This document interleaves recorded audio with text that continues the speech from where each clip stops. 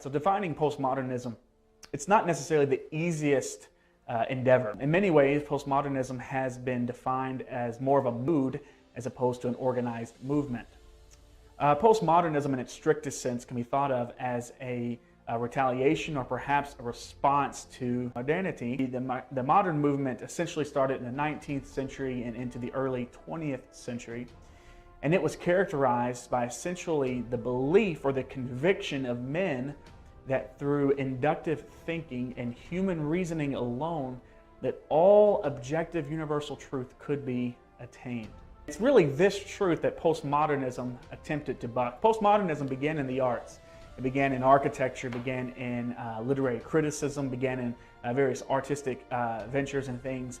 However, its ideals slowly morphed into a philosophy that began to diffuse its way into society, beginning mostly in the early to mid 20th century.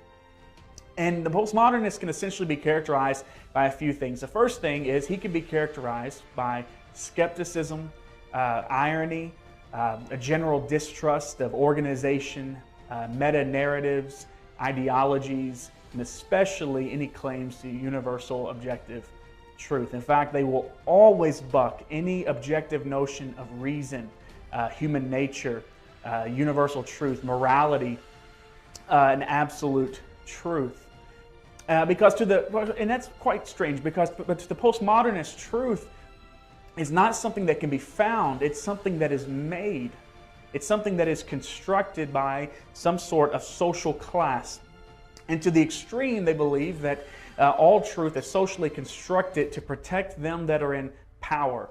Now, without going into too much detail, because postmodernism is hard to actually nail down, we can break it down into two big beliefs, and that is pluralism and relativism. Pluralism essentially states that all truth claims are equally valid. And secondly, relativism says that what is true for one individual is true for him, but what's true for me is true for me. Even if they contradict, they are equally valid and they are true according to my social context and the social conventions, maybe political or various discourses and interpretations that have come from it.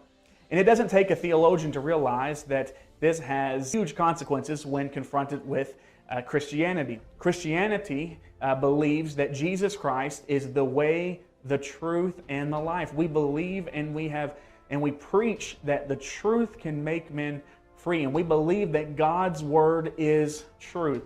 And for a philosophy that rejects and rebukes and tries to buck all notions of absolute, universal, objective truth, you can see that there is a clear clash that will inevitably come, and it already has come. So these are the big problems that we have. We have pluralism, we have relativism, and on top of that, we have these supposed intellectuals who believe that it is their duty to deconstruct all truth claims and to liberate society. So what we have are individuals who are being educated, who are going into universities, who are being essentially pushed with this philosophy and sometimes ridiculed if they do not believe in it. And you have these intellectuals who have a severe Messiah complex. All of this is going to reach its inevitable end. What does that mean for the church today? We have to realize who we're talking to. The millennial generation is now the largest generation in the United States, the largest living generation. Furthermore, the millennial generation is the most educated generation that has ever existed. Their education has brought them before men and women, intellectuals who have a Messiah complex, that feel that they need to deconstruct all truth claims and liberate society. So as a church, we have got to realize exactly who we're speaking to.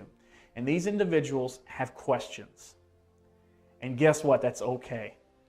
So what the Christians have got to be ready to do is, rather than trying to avoid the questions, rather than trying to ignore them and just shout louder than the skeptics, we have to have a conversation with them. Because Christianity is extremely reasonable.